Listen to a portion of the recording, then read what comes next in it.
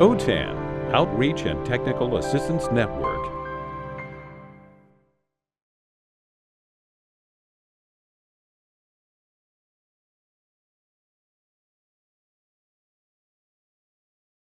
So this is me, and I want to tell you that this is the first time I'm doing this presentation. I took a Google course.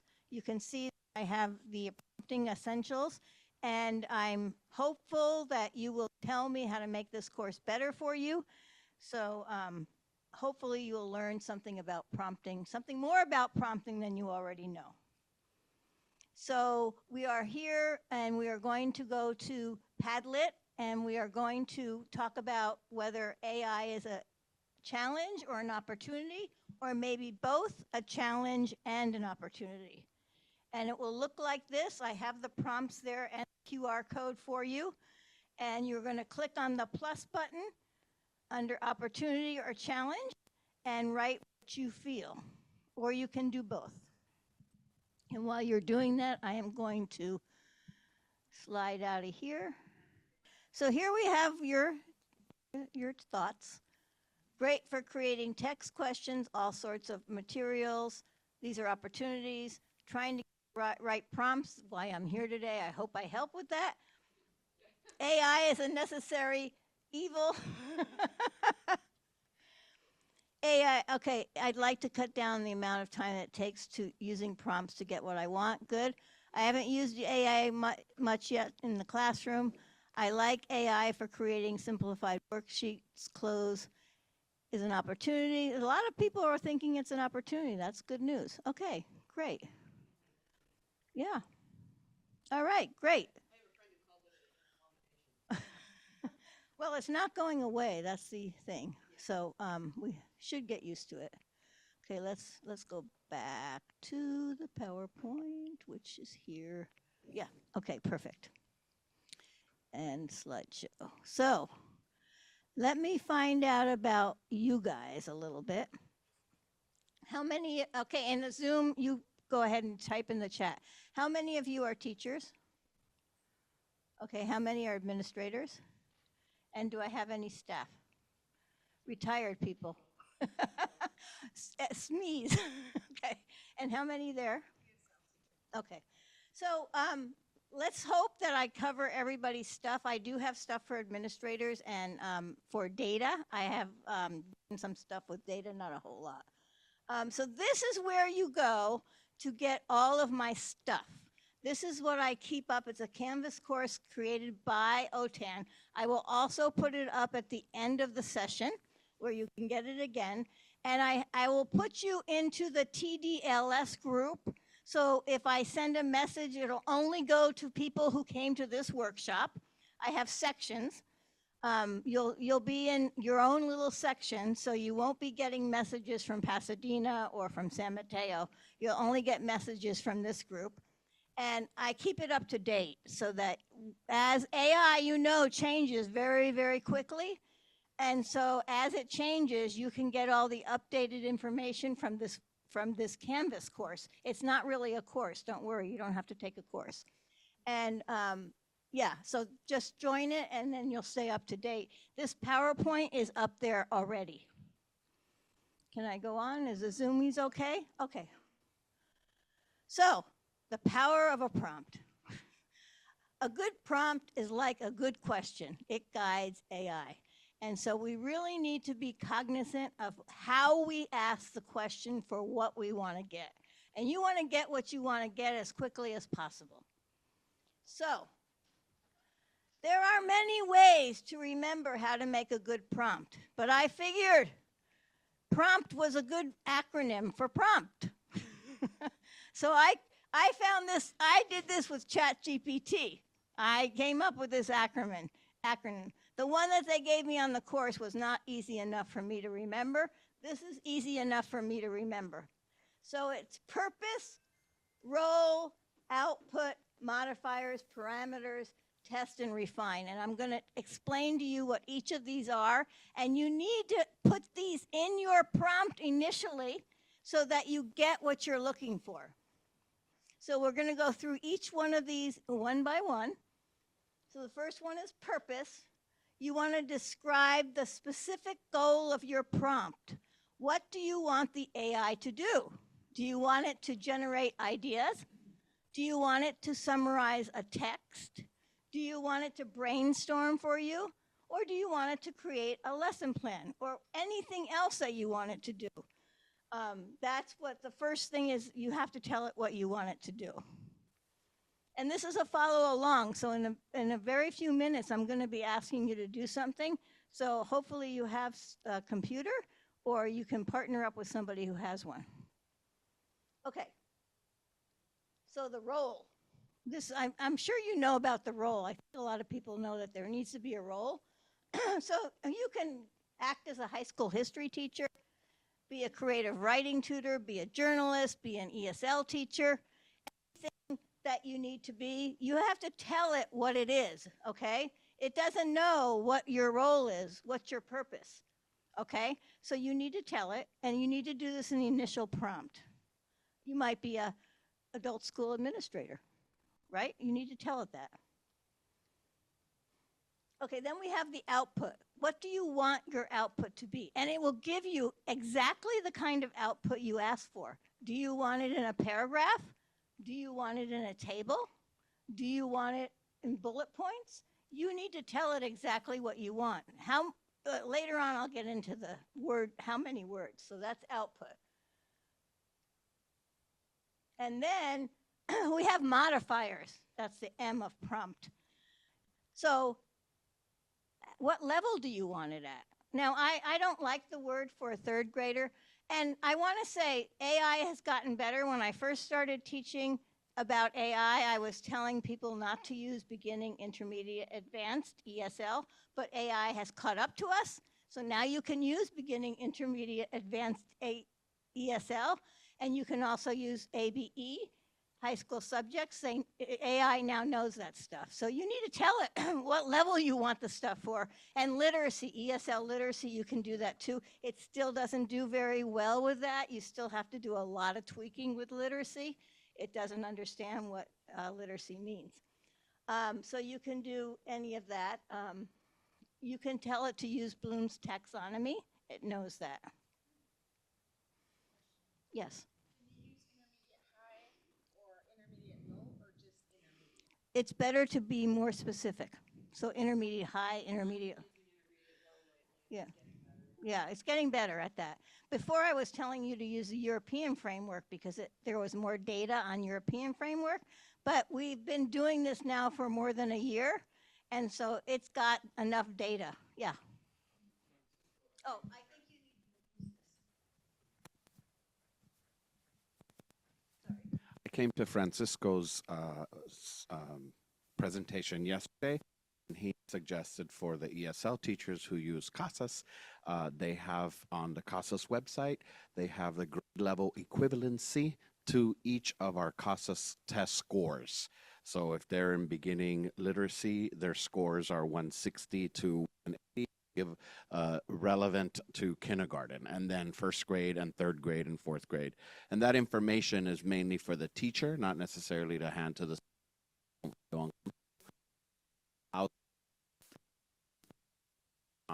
the grade levels. Thank you for that. I just don't like grade levels because the AI doesn't understand we're working with adults, and it will give childish stuff. That's the reason I don't like it. But in the parameters, you can tell it you're working with adults, but you'll still probably, like, I don't know if you, there's things AI won't do for you no matter how hard you try, and I'm really worried about grade level because it does understand adult education, sort of, not really. The more we use it, this is the thing, the more we use it, the more it learns because it's generative. But right now, if you put a grade level in there, I'm really worried that it will generate more childish material. Someone on Zoom wanted to add to his comment saying, he said adding standards to grade levels made it more for adults. Oh, okay, well, that's good to know. But I like using adult level, ESL, intermediate, high, and low, and that seems to work. And then for parameters, sort of like modifiers, you want to make sure that you tell it what exactly you want. What length, if you're going for a paragraph, do you want 150 words? Do you want 50 words? Do you want 200 words? How many words do you want your paragraph to be? And that's really important for ESL. If you're doing beginning, you want to make sure the paragraph is short enough, right? You don't want it to be too long. Do you want to use simple language, academic language, career-oriented language? You should tell the AI what kind of language you want to use. And for example, I like to tell AI to avoid using the word good and nice because my students overuse the word good and nice. And so I want them to use different adjectives so my students learn different adjectives. So that's a restriction I might use. Avoid using the word good and nice and beautiful. Another. Rosin says, hi, Suzanne. Oh. NRS levels may be accessible to Gen AI tools now. Yeah, NRS levels, yeah. Okay, so is everybody good with parameters? That's the P. Okay, and the last one is testing and refining. Excuse me. So once you get your prompt, you have to read it and see if it's exactly what you want, and then you're going to test it, and if it's exactly what you want, you're great. If not, you're going to ask it to change it the way you want it to change, and you're going to go through the prompt process one more time, where you're going to go through prompting. So let's take a look at this prompt. Is this a good prompt or a bad prompt? No, it's not nearly specific. Yeah, good. Yeah, okay. So now let's take a look at this one and see if you can tell me what you see in this prompt.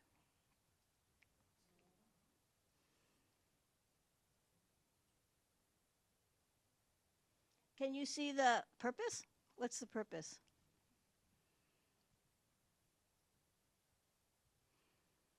And okay. And what's the role? Okay. Okay, what's the output?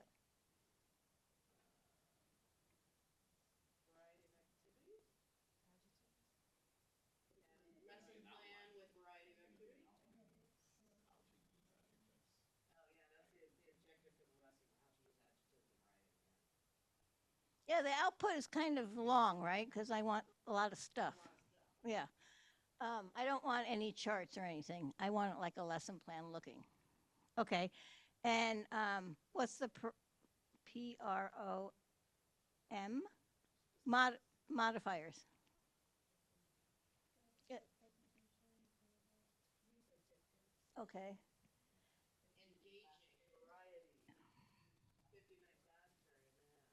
And what's the P there? The parameters?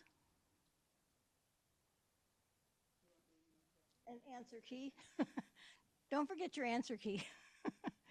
Why should you do it? And then test and refine. So, you know, I did that part on my own. So this is pretty good, right? It's got everything in there. Yes. Yes. Yes, you can. And this is where you'll get, if you do this kind of prompt, you'll get more of what you want. More of what you want.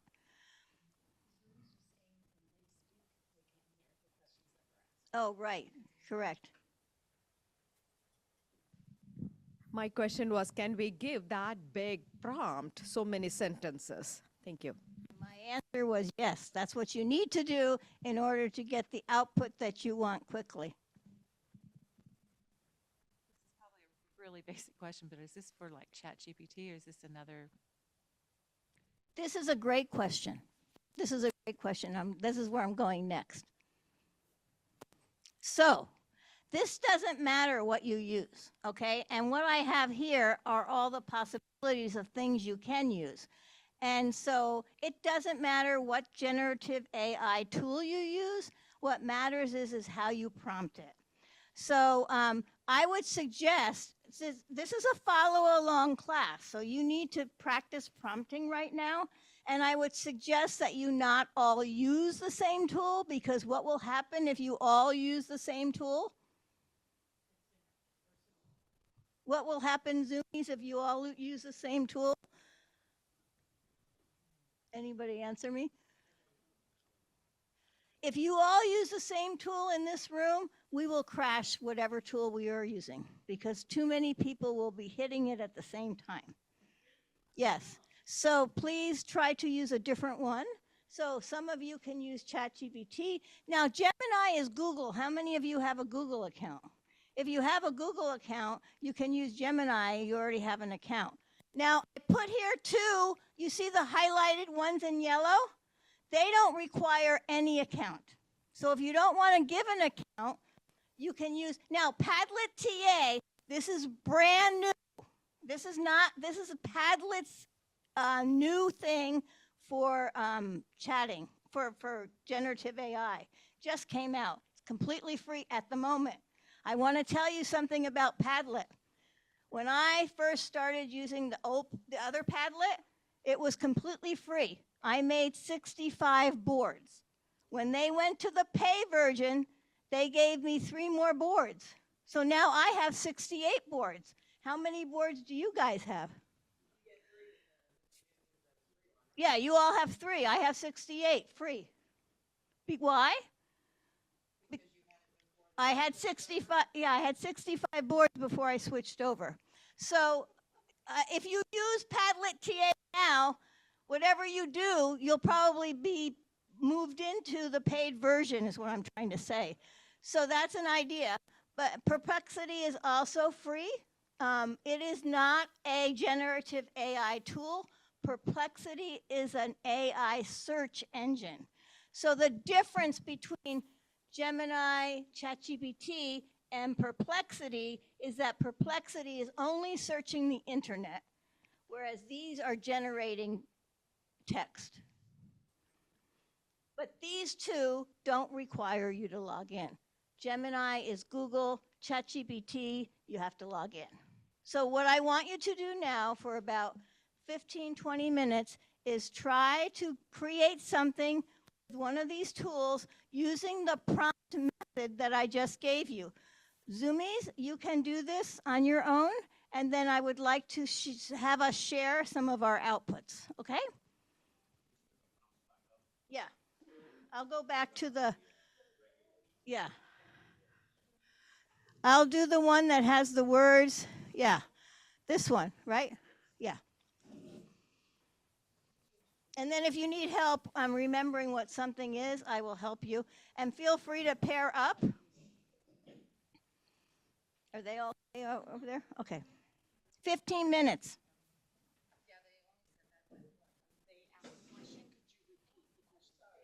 Oh, okay, yeah. But we're good? Yep. Okay. You got one new message. Oh, put the prompt in the, no, you're making your own prompt. I'm not putting, you're,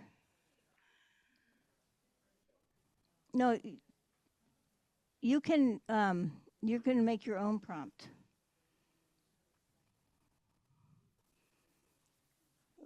I want you to make a prompt that you can use. Well, David, you don't have students, but you can use a prompt for something you want to do and try to use all the different parameters, purpose, role, output, modifier, parameters, test, and refine. The Zoom people are saying that TWE doesn't work for prompting, so don't use it. It's great. It has lesson plans, but you can't use it for prompting. TWE, T-W-E-E. Oh, well, they go to lesson plan.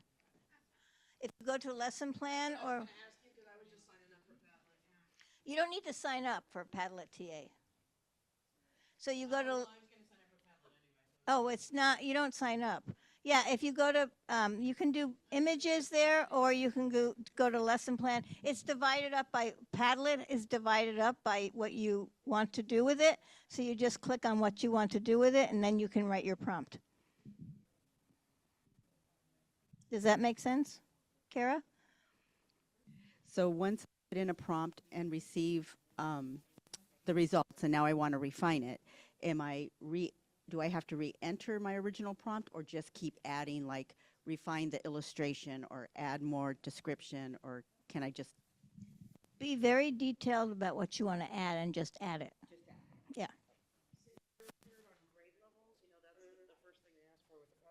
Yes, because they don't know about adult education, so just put adult in grade level.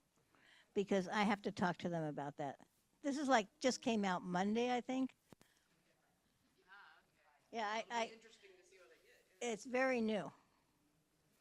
And they're open to comments, so that's one of my comments is grade level. Interesting, some people are getting in and some people are not. So it is restricted, Barbara, to me too. But it's like brand new. Okay.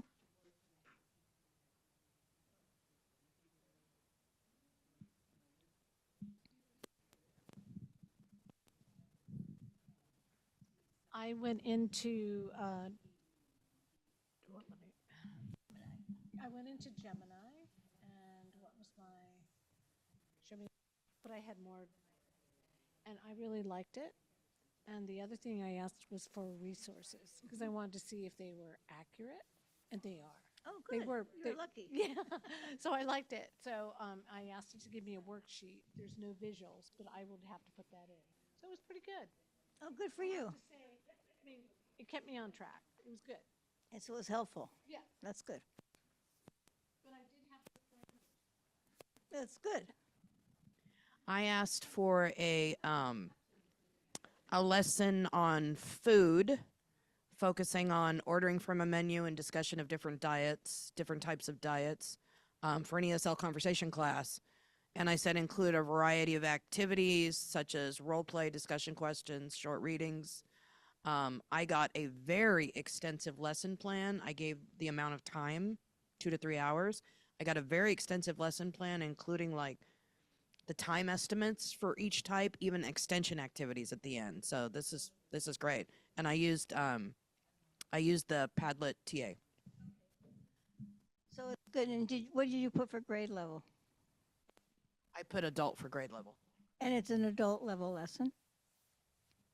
So far, it seems to be. It's got stuff, such as, in pairs, have them share about their most memorable meal, helpful phrases for ordering in a restaurant, etc. So, okay, well, maybe grade level's okay then. I don't know. Anybody else have some output of anything from the Zooms? No. Okay. I was just assigned a pre-lit class, and so I just asked, this was my prompt, where is it? I'm an ESL educator working with pre-lit level adult students. I don't see the whole prompt here, but it says, oh, here it is, pre-lit level adult students, some of whom are illiterate in their first language. Please design a level appropriate introductory activity for the first day of class. And this is kind of canned. Absolutely, working with pre-lit ESL adults, especially those illiterate in their first language, requires a very gentle visual and kinesthetic approach. I think that's all pretty right on the mark, what they're telling me to do. And then they give a Hello Me as an activity. They give the goals, materials to use, procedure, a warm-up. So it's giving probably a good hour, 90-minute class. And it's pretty thorough. I don't want to sit here and read all of this, but, like, they have patience, use lots of visuals, repetition, positive reinforcement, nonverbal communication. Okay. Yeah. Anybody else have something to share?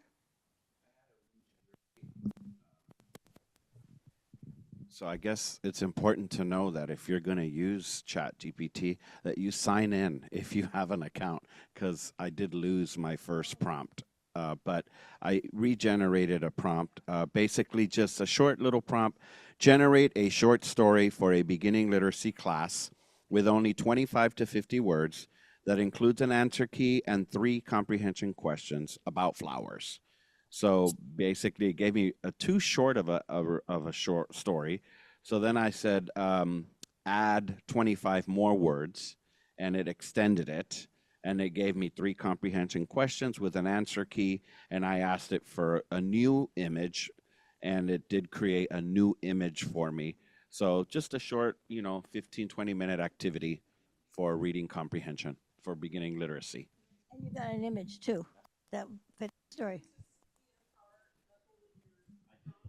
If anyone feels like they'd like to see what was created from the Padlet TA, I was pretty impressed with it. The only issue is when you export to Google Docs, you have to deal with formatting. So like I've done this before with ChatGPT where I copy into a Google Doc and then I deal with formatting, but it's a great time saver and it gave me way more than I expected. Oh, good. Very good.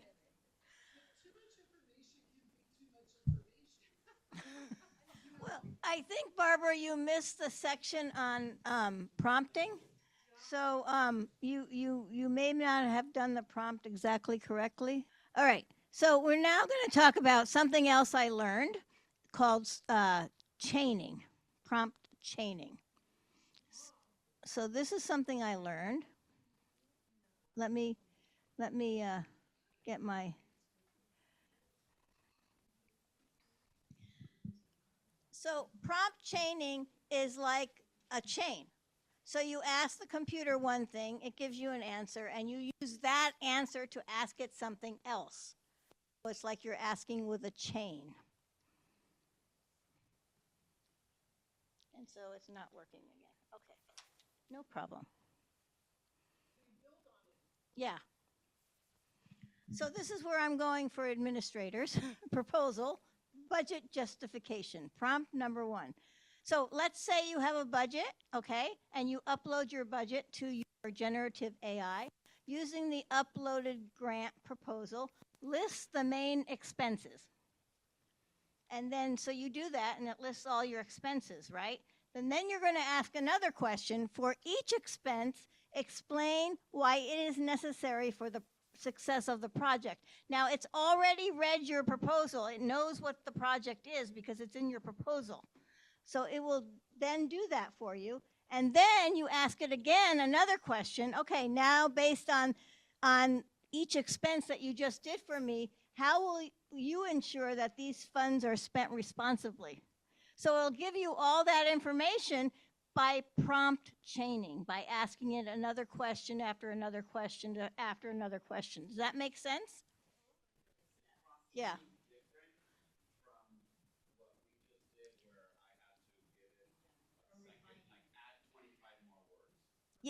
Yeah. Refining is kind of like chaining, but in this case, you're taking data and you're asking it to analyze the data and then take that data that you just analyzed and analyze it some more. And then take that data you just analyzed twice and analyze it again. So let's go. I think I have another example. Okay, so here's, let's say you want your students to learn how to write descriptive writing. So here's an example of prompt chaining for descriptive writing. What? You can't hear me? Oh. Okay, so you ask your students to describe a cup of coffee, right? And they describe a cup of coffee, but they only describe a cup of coffee. You know how students describe, right? They don't put anything in there. So then you have them go to generative AI so that you can teach them how to describe by having them get a description of this cup of coffee. So then you tell them, well, what about how does it smell? And so they ask ChatGPT, describe the smell of coffee. And so it'll add the smell. And then you ask them, okay, well, what about the temperature of coffee? What about the taste of coffee? And then have the ChatGPT write a paragraph for them. And that's a model for them that they have generated themselves and adding each step at a time. I think that's a great learning activity. So the students are actually physically, you tell them all the time, use the senses, right? But they don't do it, even though you tell them. But if they actually type it in and they get the paragraph, they can use that paragraph as a model. And that's prompt chaining, using prompt chaining.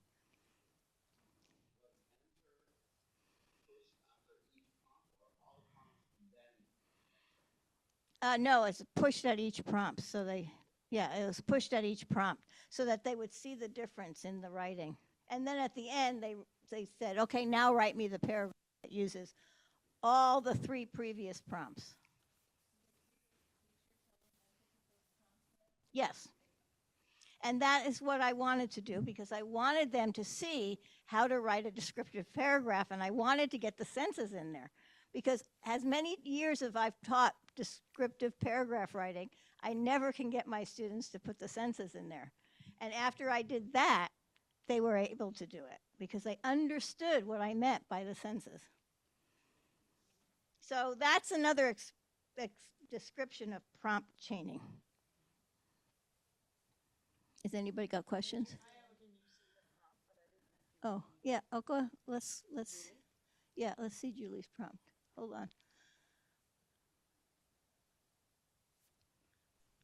I have a question, then we're going to look at and then we're going to look at Julie's prompt. I had a question on the prompt chaining thing because I am using this Padlet TA. Can you chain on this? Because I don't see a place that just says clear fields or regenerate. I don't see a place to add the next link in the chain. That's a good question. I don't know the answer because it's so new. And this is Julie's Woman History Month. Oh, this is great. And she already formatted it in Google Docs. It's beautiful. This is great. Let's take a look at this. Here, scroll down. Learning objectives, standard alignment. You know, how would you have done this in 15 minutes?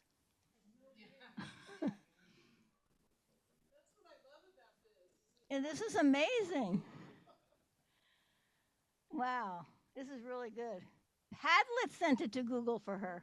She did this in the Padlet TA? Yes? Oh, this is great. Directly. And it does the formatting too, Julie? Wow. So Padlet TA has some really good features. I'm telling you, use the good features. Don't use the bad features on it. Like, I don't know if you can do prompt chaining with it, but I would use it as much as possible because it is going to go to a paid version. Right now it's free. And I know Padlet will let you keep what you have. Oh, she said she had to connect the Padlet to her Google account. But it did all the formatting. But then it does all the formatting. Look at that. She did that in 15 minutes. That's amazing. Thank you, Julie. That's beautiful.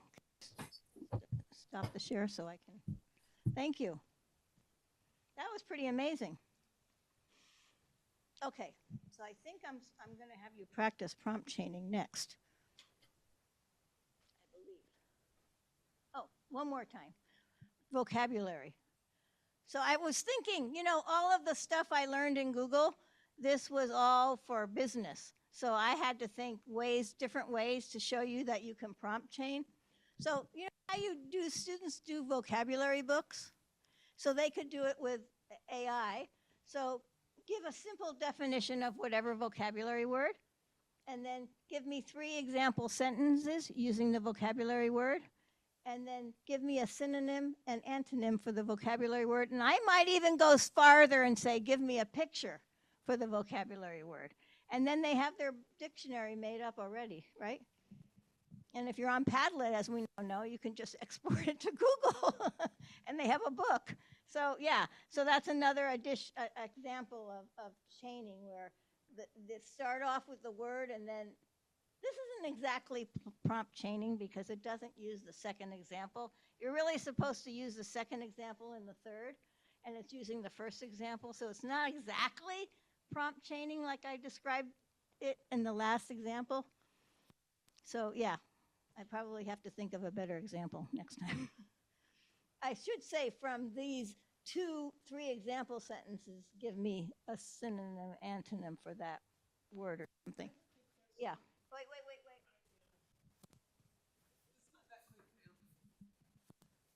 Okay, the question is, we have them do this in, you know, using ChatGPT. At what point it provides them with a model, and is this really just for a model so that they can get the idea of what they need to do? Does that make sense? Yeah. My question? You can use it as a model, or you can teach them to use it as their tool to help them with their books. You know, I have research on my Canvas webpage. There's a whole thing on research, and I'm going to say this comes from UCI, UC Irvine. Mark Warschauer. He has a whole bunch of PhD candidates. We call them his little minions. And they're doing all this research on AI. And he has proven, and you can put this all into AI to get the analysis, he has proven that non-native speakers are not as, I want to say this correctly, they are disadvantaged in the world, and that AI helps them be less disadvantaged. By knowing how to use AI, they are less disadvantaged. That's what his research proves. Could I add a comment? Yes. So I love this, these 3 prompts you put up here for teaching vocab, and I would add translations would be another, like prompt number 4. And the other piece for my level, beginning high, is the writing. So taking what you do on ChatGPT and either copying it into a document so that you can then use it as text, not just in ChatGPT, but you can go further with the vocabulary building, but also just the writing, the need for writing. So taking what you get and then actually writing it out, I think is beneficial, in addition to speaking and practicing the words in discussion. I'm just thinking of it as a jumping off point rather than an end point. Yeah. And teaching students how to use AI, which we must do. We must. And so, because it is going to help them in the world if they know how to use it well. So I'm all for it. And yeah, Mark Warschauer. But if you go to I'm going to show you my Canvas page in a minute, and you'll see that research that's there. And what you have to do is put it all into ChatGPT or Notebook LM and ask it to analyze, and it will give you the summary points because you don't want to read all of it. And that's using AI responsibly. Okay, so I was going to do some practice with prompt chaining, but I think I'd rather spend my time showing you the Canvas page so that you join it. So we'll skip that. So here's the Canvas page. Let me take you there. Can everybody get in? Did you try it should work because it's OTAN's Canvas page. But if you do have an account with OTAN, you probably have to reset it.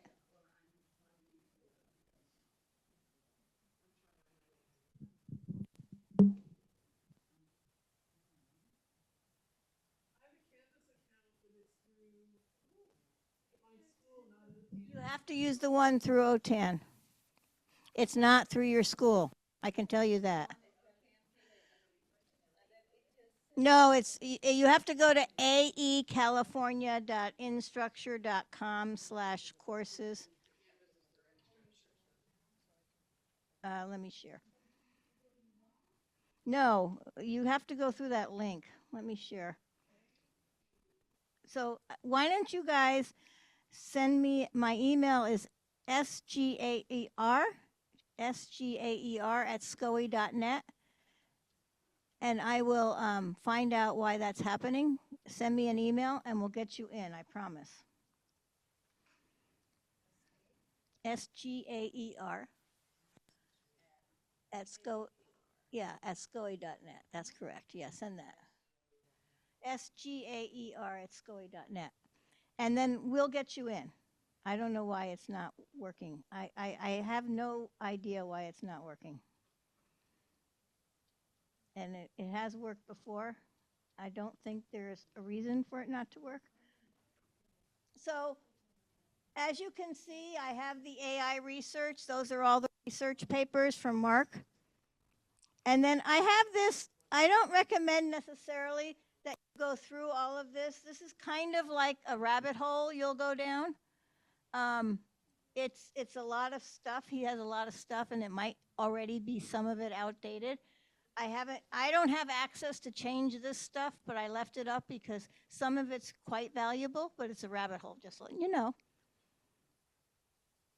And then this. So I don't know if you noticed that the URL shorteners, bit.ly, that we've been using, they changed their model, and they went to where they now have a redirect page that you have to have an ad come in before you get your shortener.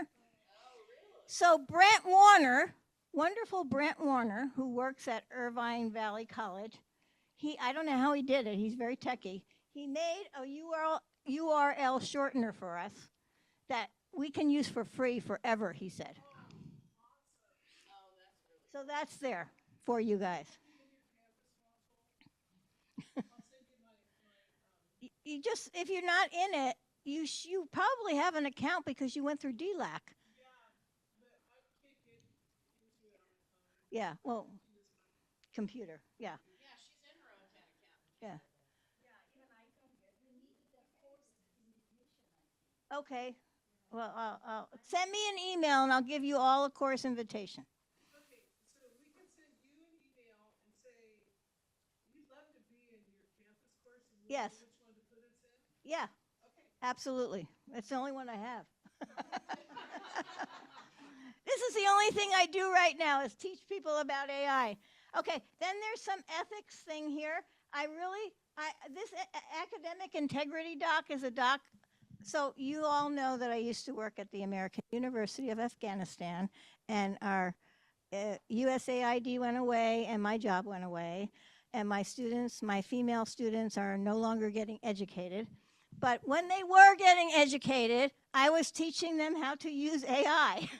And one of the things I did is taught them some academic integrity about how to use AI ethically. And this document is one of the things we did as an assignment for them to tell me whether it was ethical or not ethical. So this is a good doc for you to use with your students. They have to be like intermediate level for this doc to work, but it's a very nice doc in case you're interested. This is an image generator about bias. So you put in you can try different image generators and you put in jobs and you can see who shows up, whether it's a white guy or a black guy or a Hispanic guy, different jobs. This is about cheating. So there's just a lot of stuff here. There's a lot of stuff in ethics. Just you can take a look at it. Then this is image creation, and I have all the ones. I personally like Adobe Firefly, and I don't know if you know this, everybody in this room has free Adobe Express. That includes Photoshop and Firefly. You just go in as an educator. And Firefly is included. And what's nice about Adobe Firefly is that it uses Adobe stock images for its AI generation. So you get less of those, fingers gone and, yeah, the weird stuff, yeah. So, yeah, I talked to Adobe at the last Q conference, and they said anybody who has an EDU address gets a free account, any teacher.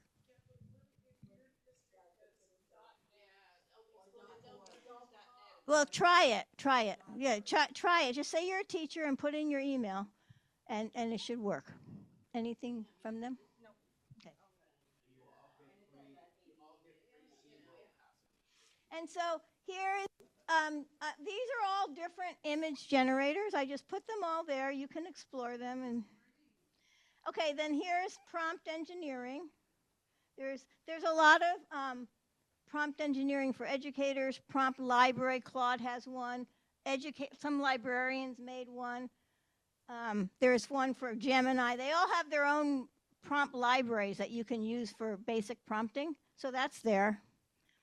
And then here, so this, it doesn't really work, Codebreaker. I'm going to take it out. Oh, what happened? Oh, it went there. I don't want it to go there. I'm going to take it out because it really is, it's kind of like childish and it doesn't work well. So what happened? Okay. So this is really important.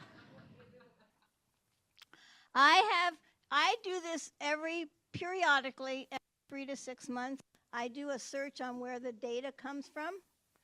And so I have here a document that I just did like a few days ago telling you where this data comes from. Let me pull it up.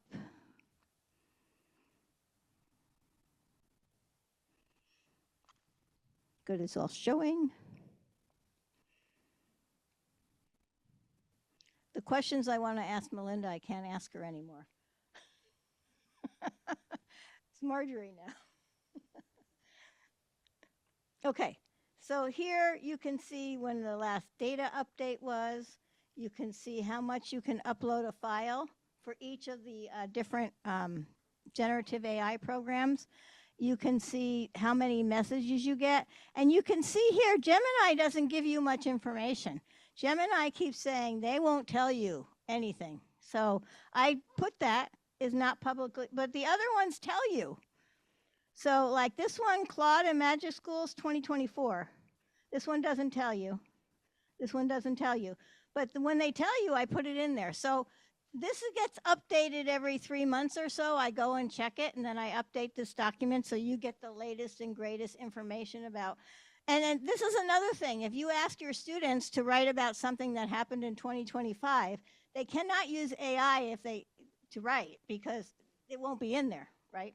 So if you don't want them to use AI, that's something you can do. Now I can use the back button. Oh, forward button. See, now the back button works. Okay, so that is there. And then Padlet TA, I just did a little thing there. Susan, So can I ask one question? Yeah. I'm thinking about the summer and the learning lag that happens with most students in the summer, and I want to give them these resources, but I also want to sort of provide a schedule or a way for them to think about scheduling their studies with ChatGPT or with whatever AI tool they use. Do you have any suggestions around how they can kind of make it more of a study habit on a regular basis? I mean, would you just sort of give them an open schedule and say, choose an hour every 2 days or whatever? Or are there reminders that you would suggest, like programs for reminding them to go to their AI?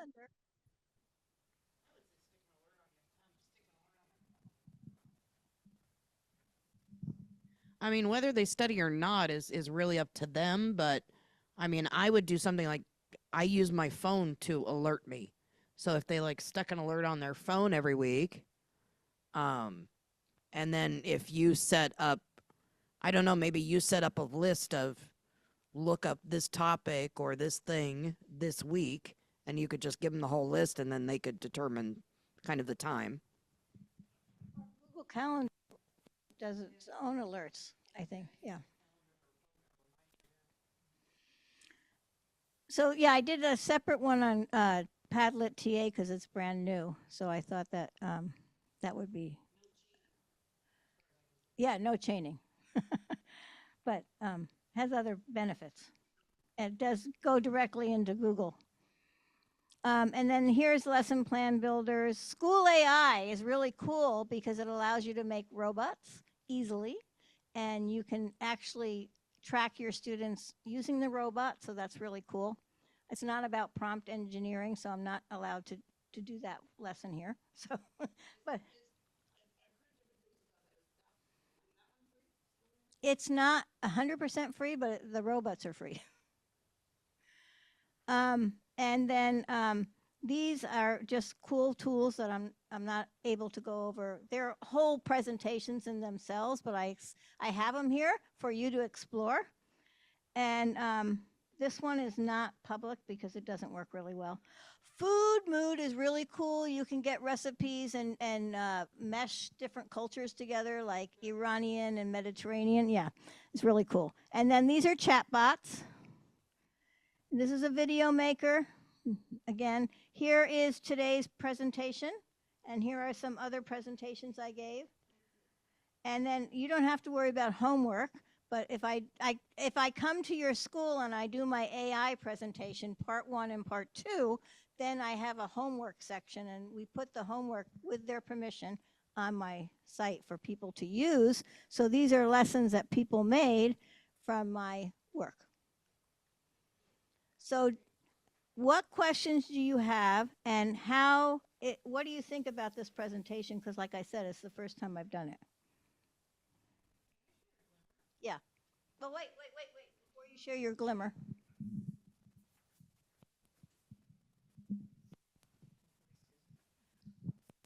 My friend Mari here is a first-time AI user, and she came up with a really amazing prompt construct based on the information that you provided. I don't know if you want me to say what the prompt is, but from that prompt, she chained it to come up with 20 common prefixes with their meanings, and then come up with some worksheets with regard to how students can, 3 different activities that students can do to build the words with prefixes, a word building activity, a matching game, and sentence completion. And then the final prompt on the chain was to please format this so it would go into a Word or Google Doc. And then we were able to upload that ready to go into a Word or Google Doc from the prompts. And it's your first time using AI? Wow. On the phone. Wow, that's incredible. Can you email that to me? Because prefixes are hard.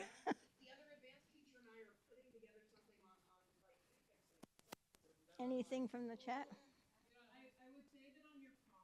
Oh. They're talking indiscriminately right now. So don't worry, they're just having a discussion.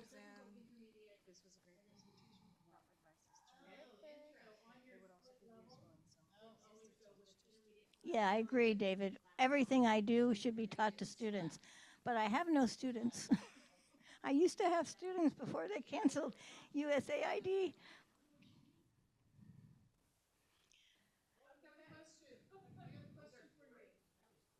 Yeah, okay, wait. Because I just said we were doing indiscriminate chatting here. Okay, OER, how much of this stuff can we be putting into OER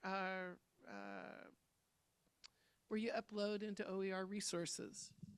So you can do anything in OER like that as long as you say that you used, the generative AI, but I have something better than OER.